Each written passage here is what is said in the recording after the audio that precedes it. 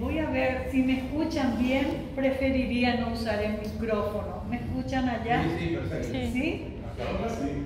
Bueno. Me pidieron un currículum, pero soy simplemente la esposa de Luis Pascuali, mamá, abuela y orgullosamente paraguaya. Eso es todo.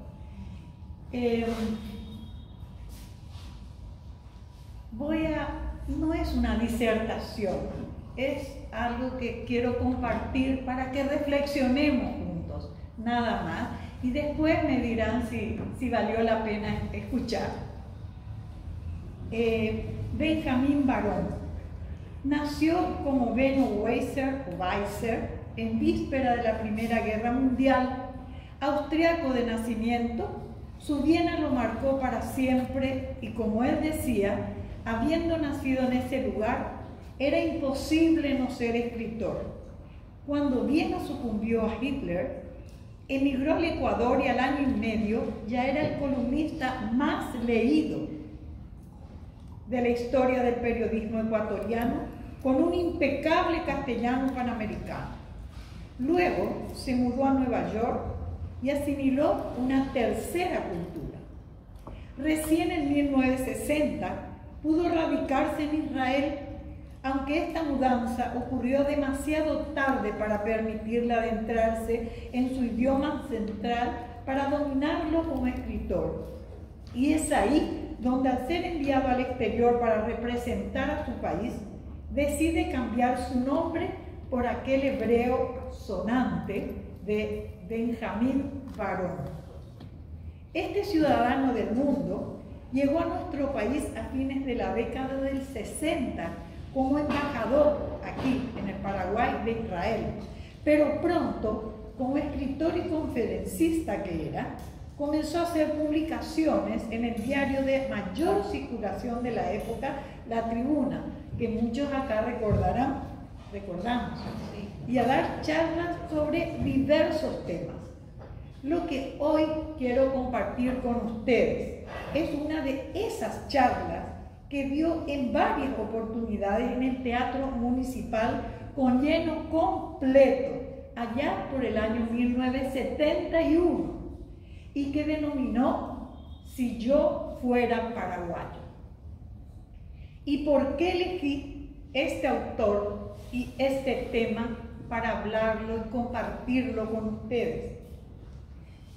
Es simplemente con el deseo que nos haga reflexionar juntos sobre nuestro ser paraguayo, cómo un extranjero nos ve a nosotros y a nuestro país, y así, si logro mi objetivo, lo sintamos y queramos más aún, a pesar de todo lo que pudiera no gustarnos. Y antes, y para que hable por sí sola la anécdota sobre una de las facetas de este hombre multifacético en realidad, les cuento algo que nos ocurrió a Luis y a mí allá por el año 71. Estábamos en una reunión pseudo diplomática, parece, y nos encontramos con el embajador Barón, y para hacer corto el cuento nos dijo: ¿y ustedes son pareja, son casados? Y les dijimos: sí, somos recién casados. ¿Y hace cuánto? Y hace menos de un año, embajador. Ah, es muy difícil ese primer año, ¿verdad? Nos miramos con Luis, allá que me está mirando, y dijimos al unísono: sí, muy difícil. Bueno, pareja, los siguientes son insoportables.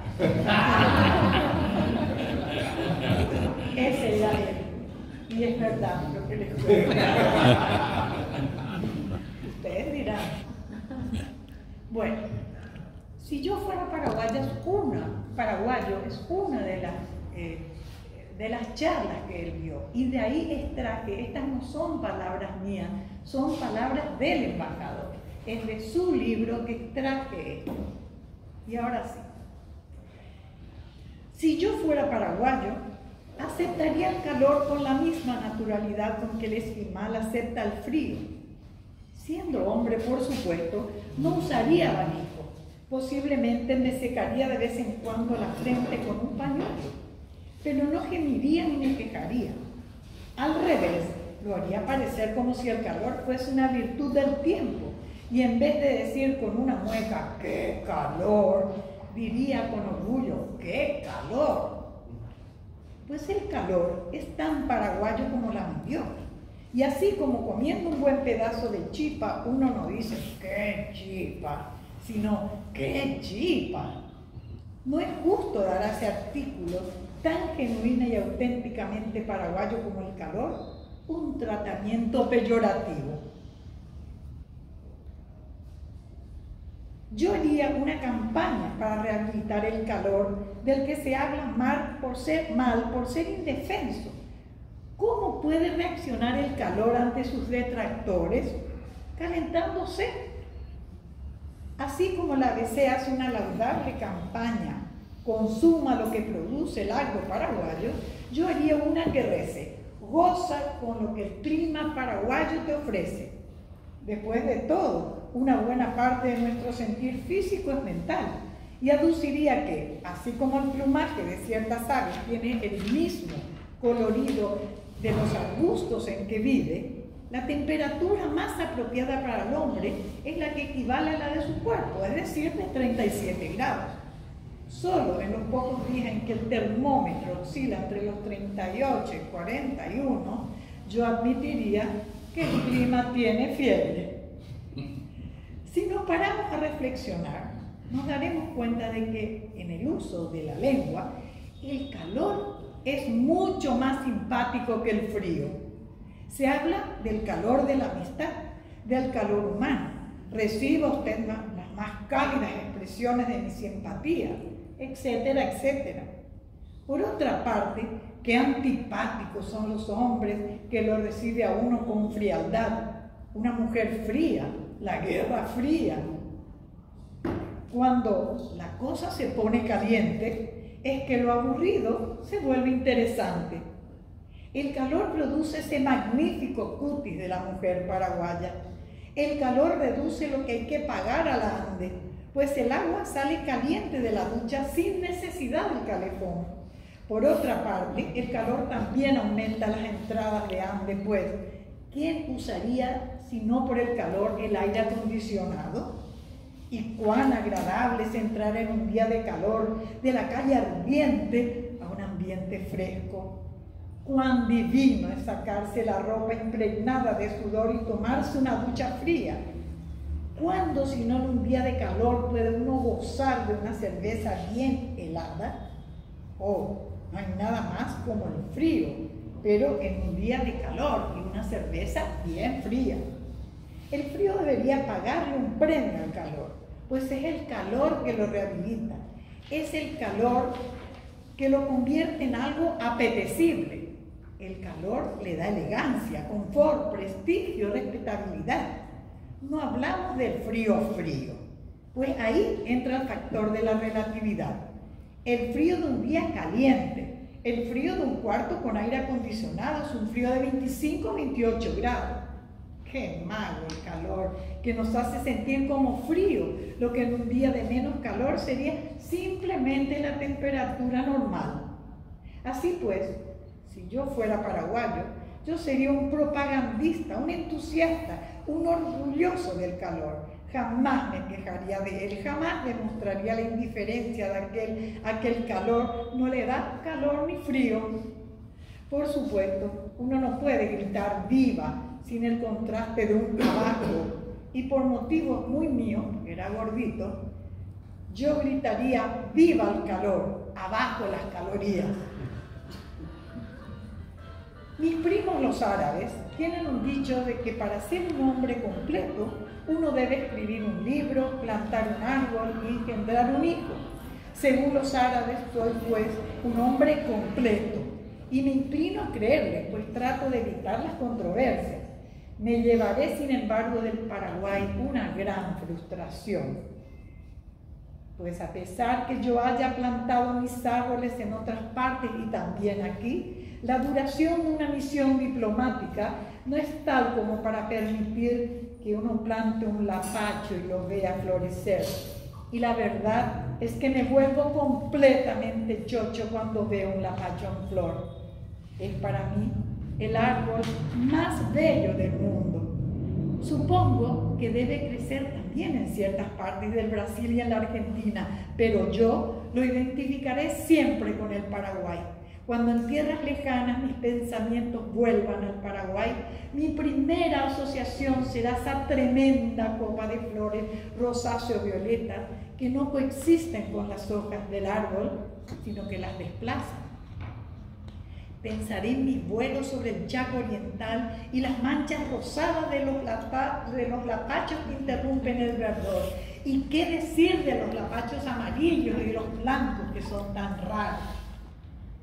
Si yo fuera paraguayo, yo plantaría en mi jardín un lapacho rosado, uno amarillo y uno blanco, un jacarandá, un chivato, un samugú, una flor de coco, una flor de mango y una lluvia de oro. Y Santa Rita, rojas, anaranjadas, color de ladrillo y violeta. Las flores se turnan. El jacarandá les pisa los talones a los lapachos. Y cuando comienzan a caer sus magníficos pétalos azules, vienen las llamaradas del chivato. Y el que en otras partes se llama flamboyán, que quiere decir flamígero. Y que las hay en rojo y en amarillo. Lluvia de oro, la flor de coco, flor de mango, se intercalan con los demás. Y mientras todos estos árboles están para deleitar los ojos, el modesto naranjo, con la fragancia de sus azahares, y el jazmín nos embriagan con sus perfumes. Como siempre, alguno de estos árboles está en flor. Yo usaría el florecer de los árboles en lugar del calendario. De mi escritorio sacaría la cabeza afuera hacia mi jardín y fecharía así mis cartas. Asunción, 3 de Lapacho de 1971. O Encarnación, 5 de Samugú de 1972. Si algún ignorante en Nueva York o en Melbourne no lo entiende, peor para él. O quizás lo restringiría tan solo para las cartas dentro del Paraguay. Sí, más bien haría yo eso. No se le puede exigir a un pobre gringo que vive a 10.000 millas de distancia de aquí que sepa cuándo florece un samugú y qué es un samugú. Quizás lo conocería bajo el nombre de palo borracho, pero no. ¿Cómo va a saber que un palo borracho tiene flores y cuándo florecen? No. Lo limitaría a mi correspondencia dentro del Paraguay. Y si un paraguayo no sabe qué es el 30 de jacarandá, es su problema. Si Dios lo ha arreglado así, que los árboles de Paraguay florezcan sucesivamente y no al mismo tiempo, lo ha hecho porque en su infinita sabiduría se dio cuenta de que el hombre se volvería sencillamente loco si pudiera verlos florecer juntos en mi jardín. El rosa del lapacho y el azul del jacarandá y el rojo del chivato y el amarillo de lluvia de oro y el violeta de los Santa Rita y el blanco del jazmín, todos juntos y perfumando por los aromas del jardín y de los azahares. ¿Qué hombre podría presenciarlo sin derretirse ante tanta belleza? Si yo fuera paraguayo, me casaría muy joven y posiblemente tendría 7 hijos. Yo mismo sería probablemente uno de 9. Tendría quizá 16 tías y tíos, sin excluir que tendría 63 primos carnales sin contar los de mi mujer. Y quién sabe, contando con los de ella, 112 sobrinos. Me reiría de la inflación, pues entre cumpleaños, onomásticos, bautismos y bodas, no necesitaría comer en casa. Yo sería el tercero de un trío, el cuarto de un cuarteto, el quinto de un quinteto folclórico. Compondría guaranes y bailaría la polka. De 7 a 8, todas las noches. Prohibiría que se hablara en casa otra lengua que el guaraní, para que mis hijos no se olvidaran del idioma vernáculo de sus antepasados. Los llevaría religiosamente a todo estreno del teatro en guaraní, lo cual posiblemente sea la mayor contribución a la supervivencia de nuestra lengua ancestral. Si yo fuera paraguayo, probablemente no sería muy diferente de lo que soy, decía él, pues pertenecería como pertenezco a una nación pequeña, a un pueblo de supervivientes que ha conocido el dolor y el sufrimiento, a un pueblo que le tocó enfrentar por sí solo a una combinación de fuerzas innumerables veces mayor. Pero pertenecería como pertenezco, decía él, a una nación que ha tenido que comenzar más de una vez de la nada, que ha tenido, como ustedes, que levantarse como el Félix de las cenizas y que tiene ante sí el reto de conquistar un futuro que sea digno de su pasado. Siendo lo que soy, pertenezco a una sociedad más desarrollada. Pero si fuera paraguayo, tendría una ventaja por la cual un israelí daría cualquiera de las suyas, la de poder estrechar la mano de los enemigos de ayer y de poder decirle a través de fronteras tranquilas, Ba'el Shabbat. Si yo fuera paraguayo, me sentiría feliz porque por mis venas corre la sangre de quienes sabían manejar con la misma destreza el arado, la espada y el arpa. Estaría orgulloso de las proezas militares de las generaciones de mis bisabuelos y de aquellas en las que yo, como todo paraguayo de mi generación, habría tenido mi parte. Pero me levantaría cada mañana con un rezo de agradecimiento porque mis hijos no hayan tenido la necesidad de confirmar en su generación la gloria de sus antepasados. Miraría a mi alrededor hacia un mundo y unas Américas convulsas y haría mis comparaciones. En vez, o ciertamente antes, de hacer costosos viajes al exterior, recorrería mi tierra de un confín a otro, yendo para las cataratas del Iguazú, me detendría hasta esa catarata más paraguaya de todas, el Mondaú, la que si no estuviera bajo la sombra del Iguazú, sería una atracción turística por el derecho propio. Continuaría hacia los altos del Guairá, cuya mera existencia es conocida por muy pocos y que llevan el mayor caudal entre todas las cataratas del mundo. Iría en un jeep al lugar que enfrenta en territorio paraguayo la quinta caída y me haría mostrar el camino por una nube de mariposas blancas, amarillas y turquesas que parecen pintadas por Walt Disney. Visitaría las ruinas de Jesús y Trinidad, formidables recuerdos de una hazaña colonizadora en que piedra y naturaleza se conjugan en injertos de árboles que salen de las mismas entrañas de los muros. Iría a Humaitá para meditar un rato sobre el pasado y al Chaco para vislumbrar el Paraguay de mañana. En Filadelfia me detendría para inspirarme en la obra de hombres provenientes de otras latitudes y en Mariscal Estigarribia aspiraría al aire mezclado con polvo que respiran sus pioneros paraguayos.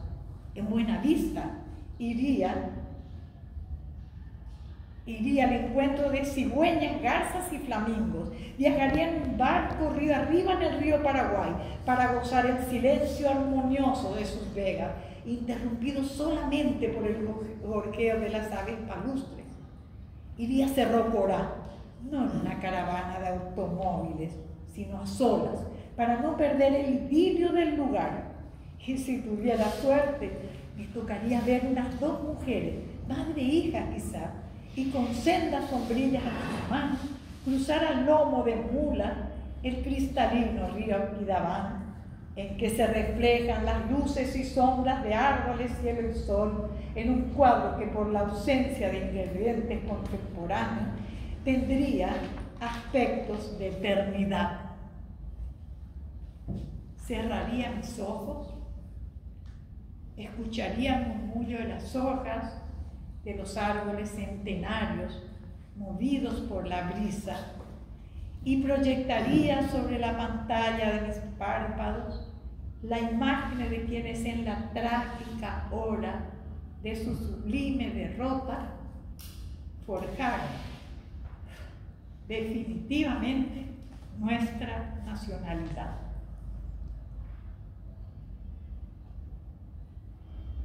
Y ahora, parodiando al embajador Barón, en el final de sus libros le diría que si yo no fuera quien les estuviera dirigiendo la palabra, por supuesto estaría hoy sentada entre ustedes, pues jamás me perdería una charla de María Blanca.